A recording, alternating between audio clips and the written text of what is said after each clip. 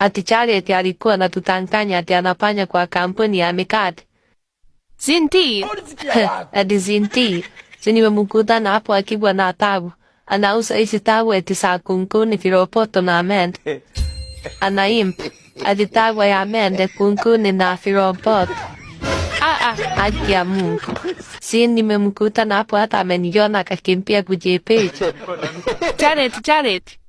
Jared nimemkuta na hapo namwambia we customer hebu niuzie hiyo tawa ya viroboto.